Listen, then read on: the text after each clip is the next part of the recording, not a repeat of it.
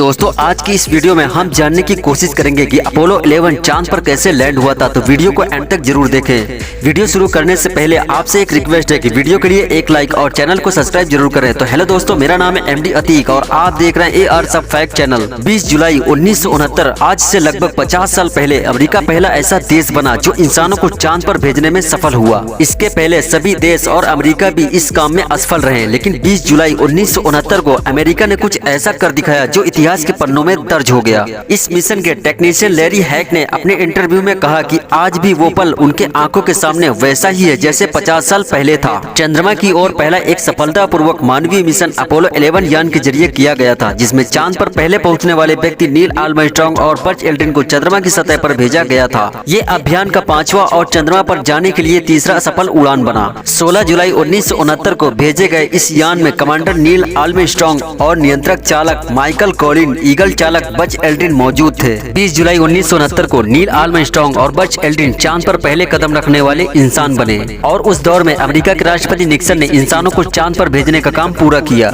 और इस यान को 20वीं सदी में हुए सबसे बड़ी घटनाओं में से एक माना जाता है। इस प्रक्षेपण को करीब 10 लाख लोगों ने राजमार्ग और समुद्री तटों के पास से देखा और करीब 60 करोड़ से भी ज्यादा लोगों ने इस प्रक्षेपण ऐतिहासिक यान को टीवी पर देखा। अपोलो 11 अंतरिक्ष यान को सैटर्न 5 रॉकेट की मदद से 16 जुलाई 1969 को सुबह के 9:32 में कैनेडी स्पेस स्टेशन से लॉन्च किया गया था। ये मात्र 12 मिनट के अंदर ही पृथ्वी की कक्षा में प्रवेश कर गया और पृथ्वी का एक चक्कर लगाने के बाद इस IBPM नाम के रॉकेट ने उसे चंद्रमा के कक्ष में भेज दिया और इसके ठीक 30 मिनट बाद सैटर्न 5 अंतरिक्ष यान रॉकेट के आखिरी चरण से अलग होकर चंद्रयान ईगल को लेकर चंद्रमा की तरफ आगे बढ़ने लगा। 19 जुलाई को अपोलो 11 को चंद्रमा के पीछे वाले हिस्से में लेके पहुंच गया और अपने रॉकेट की सहायता से चंद्रमा की कक्ष में पहुंच गया। चंद्रयान के उतरने के लिए सी ऑफ ट्रैंक्विलिटी को चुना गया था क्योंकि ये जगह समतल थी। रेंजर 8 और सर्वेयर 5 और लूनार ऑर्बिटर यान के जरिए इस जगह का पता लगाया गया था। 20 जुलाई 1969 को चंद्रयान ईगल और मुख्य यान कोलंबिया से अलग हो गया।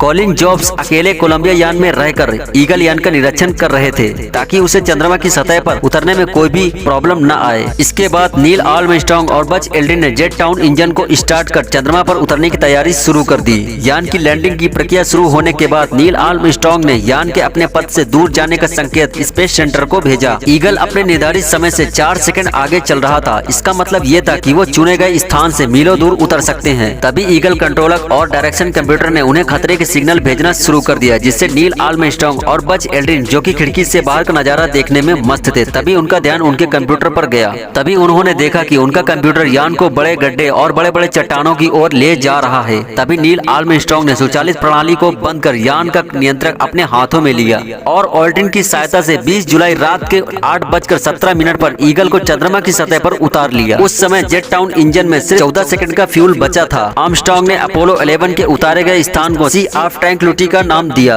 और ह्यूस्टन को संदेश भेजा कि ह्यूस्टन ये ट्रैंक्विलिटी बेस है और ईगल उतर चुका है। यान से उतरने से पहले एल्ड्रिन ने संदेश प्रसारित किया कि मैं चंद्रयान का चालक हूँ और इस प्रसारण को सुन रहे सभी लोगों से मेरा निवेदन है कि थोड़ी देर शांत रहकर पिछले कुछ घंटों में हुए घटना को याद करें और अपने अपने तरीके से गॉड का शुक्रिया करें और इस मिशन के पूरे होने की दुआ करें। अपोलो 11 के लैंड के 6.5 घंटे बाद 21 जुलाई रात के 2:46 पर नील आर्मस्ट्रांग ने चांद पर अपना पहला कदम रखा और उन्होंने कहा कि ये इंसान का एक छोटा सा कदम है, लेकिन इंसानियत के लिए ये एक बहुत बड़ी छलांग है। अगले 2.5 घंटों तक नील आर्मस्ट्रांग और बज एल्ड्रिन ने मिलकर फोटो खींचने और नमूने इकट्ठा करने और पत्थर जमा करने में लगाए। इसके बाद दोनों ने मिलकर अर्ली अपोलो साइंटिफिक पैकेज की स्थापना की और अमेरिकी झंडा लहराने की तैयारी में जुट गए। इसके बाद तकनीकी बाधाओं और खराब मौसम के बावजूद भी चांद की सतह से सीधा प्रसारण शुरू हो गया, जो कि ब्लैक एंड व्हाइट था, जिससे लगभग 60 करोड़ से भी ज्यादा लोगों ने देखा। नील आर्मस्ट्रांग ने ईगल यान की कुछ फोटो भी खींची जिसमें चंद्रमा की सतह पर उतरने की बात की सही तरीके से जांच हो सके।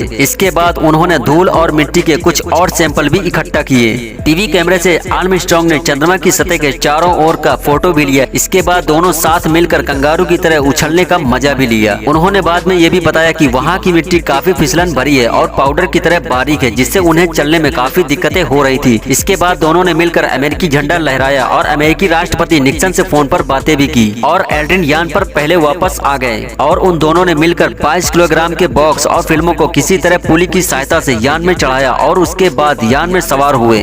नील आर्मस्ट्रांग और एल्ड्रिन चंद्रमा की सतह पर बहुत सारे उपकरण और अमेरिकी झंडा और एक प्लेट छोड़कर होकर आए थे, जिसमें पृथ्वी का चित्र, अंतरिक्ष यात्रियों एवं राष्ट्रपति के हस्ताक्षर और एक वाक्य था। ईगल को कोलंबिया से जुड़ने के बाद वापस पृथ्वी की यात्रा शुरू हो गई। 24 जुलाई को अपोलो 11 पृथ्वी पर वापस आ गया और यान प्रशांत महासागर में लैंड हुआ और उसे यूएसएस हॉर्नेट ने उठाया। उनके स्वागत के लिए राष्ट्रपति निक्सन खुद जहाज पर मौजूद थे। उसी शाम को इन यात्रियों के सम्मान में लॉस एंजलिस में एक पार्टी का आयोजन किया गया, जिसमें अमेरिकी कांग्रेस के सदस्य, 44 गवर्नर, मुख्य न्यायाधीश, 83 देशों के राजदूत आए थे। यात्रियों का अमेरिकी सर्वोच्च सम्मान प्रेसिडेंशियल फ्रीडम ऑफ मेडल दिया गया। उस सम्मान में ये तीनों अंतरिक्ष यात्री पूरी दुनिया में रातों रात फेमस हो गए। बाद में ये तीनों अंतरिक्ष यात्री शांति का संदेश देने के लिए पूरी दुनिया के दौरे पर निकल गए और इन्होंने 24 देशों की यात्राएं की और 10 करोड़ से भी ज्यादा लोगों ने इन्हें देखा और इनका नाम इतिहास के पन्नों में स्वर्ण अक्षरों में लिखा जाएगा। उम्मीद करता हूँ कि जब तक ये दुनिया कायम है, इनका ये कारनामा पूरी दुनिया याद रखेगी और हम उम्मीद करते हैं कि ये वीडियो आपको पसंद आया होगा। तो वीडियो के लिए एक लाइक जरूर करें और कमेंट करके बताएं कि ये वीडियो आपको कैसा लगा। साथ ही सभी तरह के फैक्ट वीडियो देखने के लिए अभी उस सब्सक्राइब बटन को दबाकर बेल आइकन ऑल पर क्लिक करें।